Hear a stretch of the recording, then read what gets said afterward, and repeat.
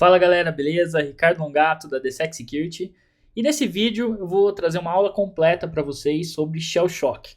É uma vulnerabilidade que estourou aí um tempo atrás, né? Alguns anos, uns 3 anos, 2 anos atrás, e ficou muito conhecida, né? E era uma vulnerabilidade grave e muita gente até sabe como explorar, como funciona, mas não entende exatamente por que a falha ocorre, como ela ocorre. E a ideia dessa aula é te explicar de uma forma aí bem didática tudo que acontece, por que a vulnerabilidade ocorre, como que a gente pode explorar ela de forma manual, sem depender de ferramentas prontas, ok? Esse tipo de conceito é muito importante. E essa aula foi uma aula que eu gravei para um campeonato que a gente fez aqui na DSEC também, que tinha essa vulnerabilidade. Então, antes da gente ir pro vídeo, queria pedir que vocês se inscrevessem no canal, curtissem, compartilhassem o vídeo. Isso ajuda bastante, motiva a continuar trazendo conteúdo para vocês, ok?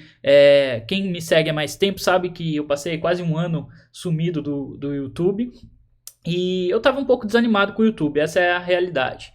E muitos de vocês me animaram aí a voltar a produzir conteúdo, então estou voltando. Espero que como retorno disso vocês curtam, se inscrevam no canal para que motive eu continuar soltando conteúdo para vocês, ok? Então chega de papo e vamos para a aula. Fala galera, beleza? Nesse vídeo nós iremos resolver a Web 100. Muita gente também enroscou nesse desafio aqui e ele é bem bacana. Essa aula talvez fique um pouquinho maior porque eu quero explicar o conceito por trás da falha. Não quero simplesmente chegar aqui e mostrar a resposta de como você chega na resposta, como você explora a falha, sem explicar o conceito dessa falha, que eu acho bem importante. Que muita gente às vezes sabe explorar essa falha, mas não faz a mínima ideia de como funciona e por que essa falha ocorre, ok? Vamos lá então. Aqui ele fala que depois da última invasão que teve nesse site aqui, foi feito um hardening na aplicação, porém eles querem que façam um pentest nesse host antes de colocar ele em produção, né? Então eles passam um endereço IP aqui, 172.30.018. A gente pode fazer um nmap básico aqui, nesse host, 172.30.0.108. A gente identifica que tem a porta 80 rodando.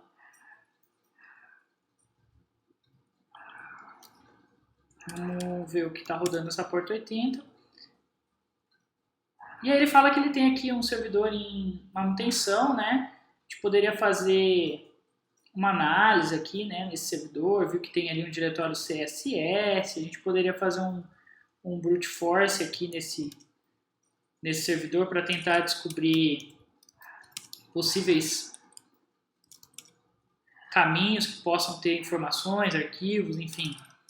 Poderia usar o robots. Ele mostra aqui que tem um CGI bin e um CGI sys. Isso já pode apontar algo interessante, né, de ter CGI habilitado nesse servidor. Ó. No caso do CGI sys, ele não mostra nada, mas no caso do CGI bin,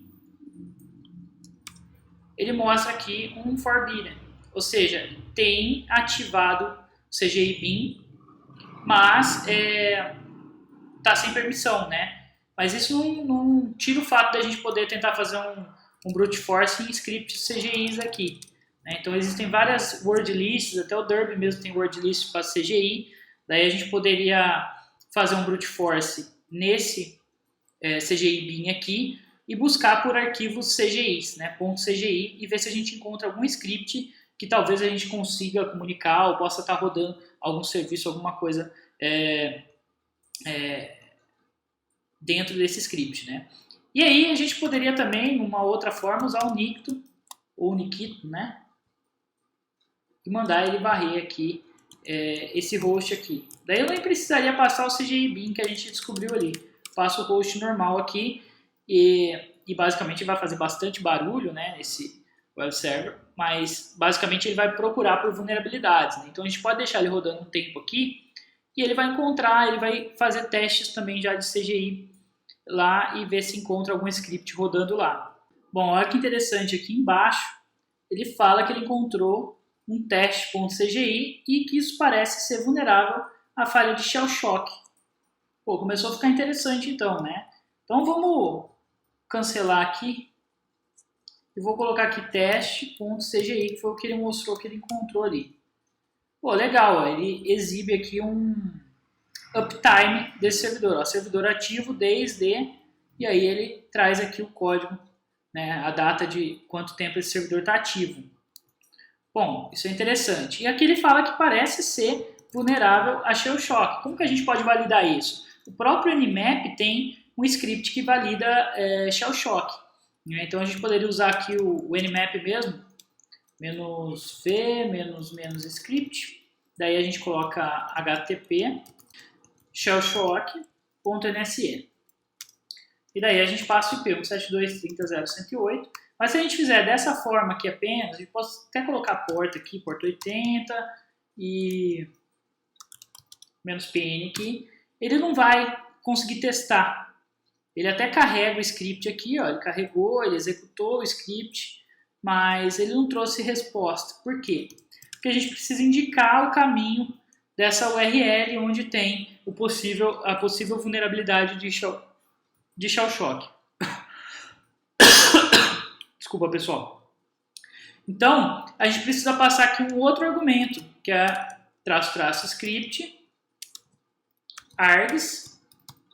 Daí a gente vai passar o argumento URI e o caminho CGI bin test.cgi, que é o que a gente encontrou. Se a gente fizer isso agora, ó que legal. Ele fala que é vulnerável a shell shock, ele dá aqui o CVE da shell shock certinho, de quando a vulnerabilidade dá algumas referências para que você estude um pouco sobre shell shock. E aqui ele fala, ó, essa aplicação ela é afetada pela vulnerabilidade conhecida como shell shock, e isso permite você executar comandos, né, injeção de comandos através de headers HTTP. Headers HTTP, não headers. Quando eu gravei essa aula, eu cometi esse erro de pronúncia algumas vezes, mas o correto é header.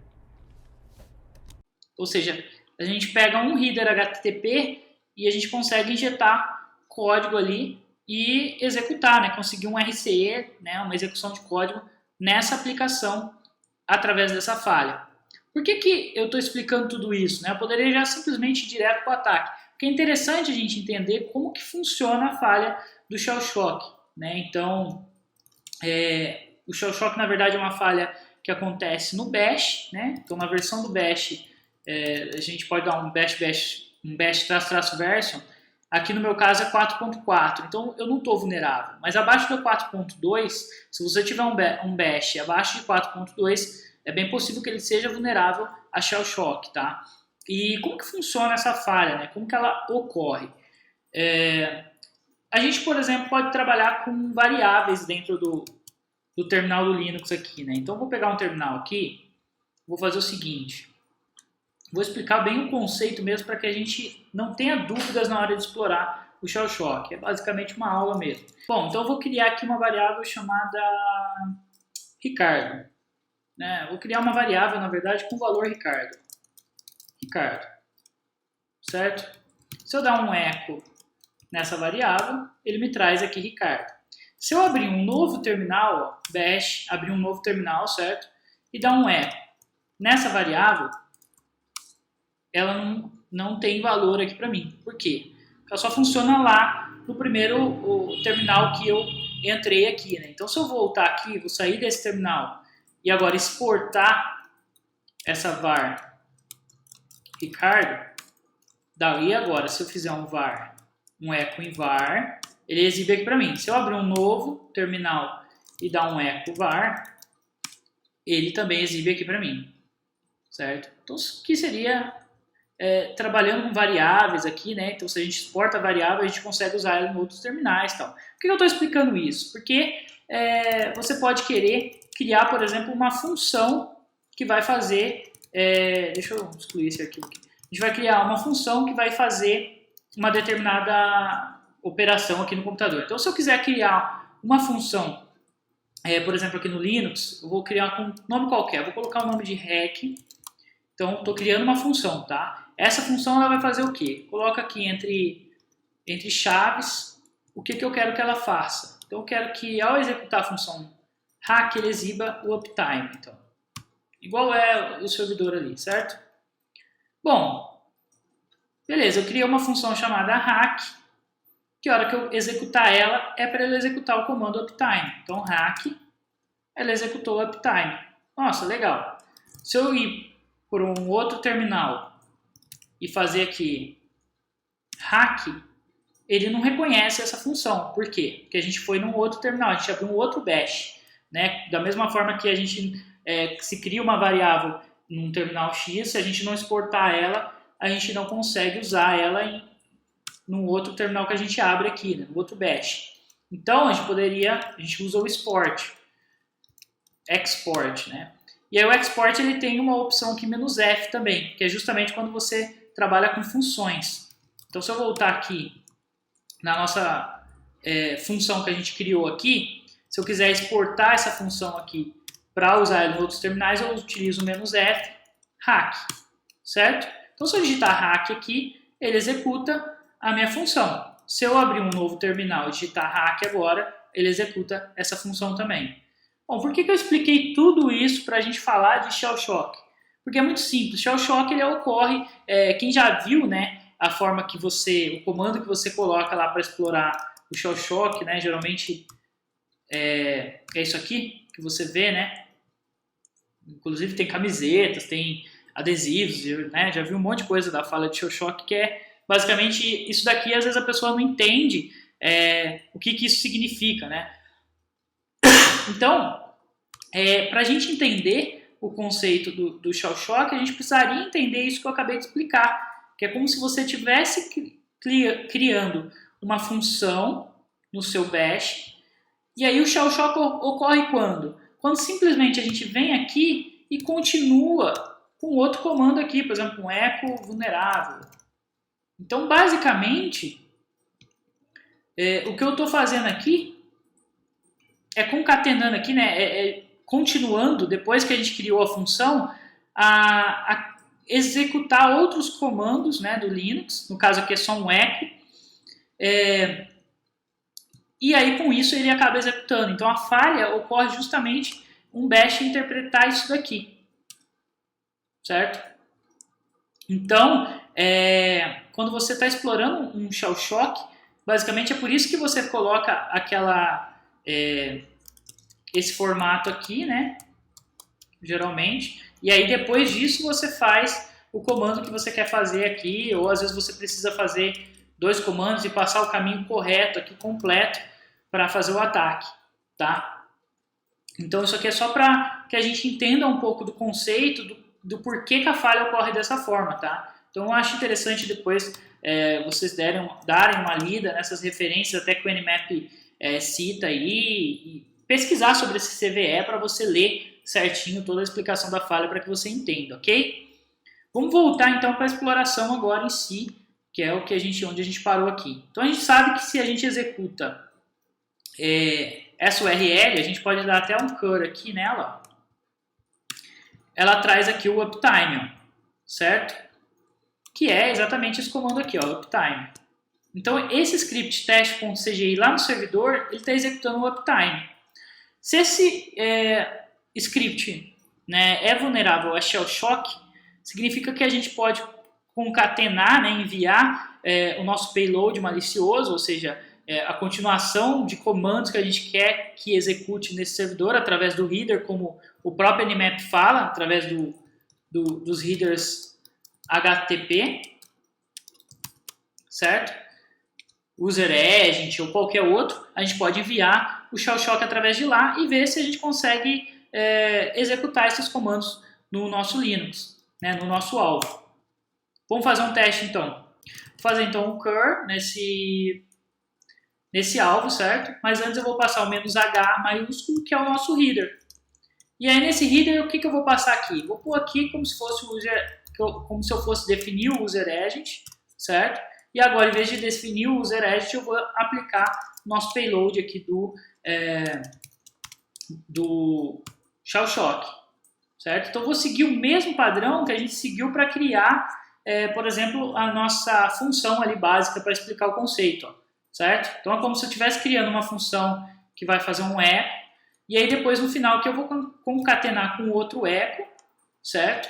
e depois eu vou concatenar com outro comando qualquer que eu vou pôr aqui echo olá, certo? Ao executar isso, ele mostrou aqui olá, certo?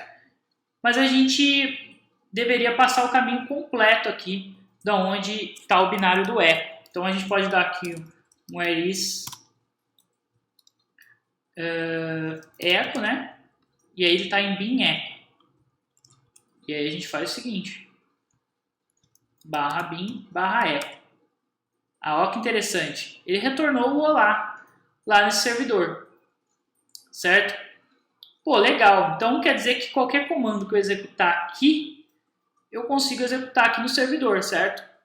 Pô, bacana. A gente pode, inclusive, colocar um "-v" aqui na frente, de verbose, para a gente ver como que está chegando essa requisição. E olha que legal, ó. A requisição que a gente está fazendo para o servidor aqui, ele fala que conectou, aí ele fala que ele fez um get no CGI test.cgi, certo? Através do protocolo HTTP 1.1. E aqui no user agent, que foi o que a gente informou no header aqui, ele está enviando esse payload aqui, ó, certo? E aí, como resposta, ele traz o olá. Pô, legal. O que a gente pode fazer aqui, então, de interessante? Bom, a gente sabe que a gente pode pesquisar ou executar qualquer coisa. Aqui, a gente poderia fazer um cat no etc PSWD desse servidor, por exemplo.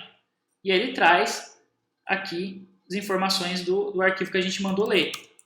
A gente poderia executar o ID aqui também, desse servidor, o sr bin id. Ó, e aí ele traz. Ou seja, a gente já tem execução de código. Vamos executar um ls. Quando você não sabe o caminho você pode dar aqui um where is ls, ele fala, ó, tá dentro do binário de bin ls, para você passar o caminho correto aqui, ó. Bin ls, daí não tem erro. Daí ele traz os arquivos que ele tem aqui dentro, certo? ls-la, enfim, a gente tem execução de código já diretamente através dessa falha. Se a gente executar isso sem o caminho correto, ó, ele não vai executar nada. Então muita gente comete esse erro de esquecer de passar o caminho correto e aí achar que não é vulnerável, tá? Então se atentem a isso também. Bom, vamos para a falha agora para a gente não ficar perdendo tanto tempo nisso. Então aqui a gente poderia inclusive dar um nc para pesquisar por netcat aqui. Daí a gente teria que passar o caminho aqui, o sr bin. Daí ele traz aqui embaixo, ó. Ele tem um netcat .tradition que a gente pode utilizar. Outra forma seria a gente diretamente aqui falar, olha, eu quero um bin bash, tá? -c, e aí eu quero que ele execute o seguinte, eu quero que ele execute cat etc pswd, por exemplo. Só que aí a gente coloca isso daqui, como a gente está passando, a gente coloca isso aqui dentro aqui de aspas duplas. Daí ele roda o comando também. É uma outra forma da gente já executar comandos direto aqui também, porque a gente poderia passar, inclusive, esse netcat aqui, ó, certo? Então eu posso fazer o seguinte, vir aqui na minha máquina agora, vou ver qual que é meu IP, é esse aqui, ó. Então, netcat, vou abrir uma porta 443 aqui na minha máquina, deixar ela escutando aqui embaixo. E aqui eu vou mandar esse netcat conectar na minha porta 443 e enviar o bin bash dele. Não funcionou, por quê? Porque o netcat é netcat tradition. Agora ele funcionou. Aqui embaixo a gente recebeu a conexão. Deixa eu subir a tela aqui. Se a gente dá um ID, a gente já está dentro desse servidor, ó. pwd, ls, certo? Estamos dentro desse servidor aqui já. A gente pode ir para a raiz, ls-la, e ele tem aqui um arquivo chamado localkey. Cat localkey. Esse L aqui não é L, é 1.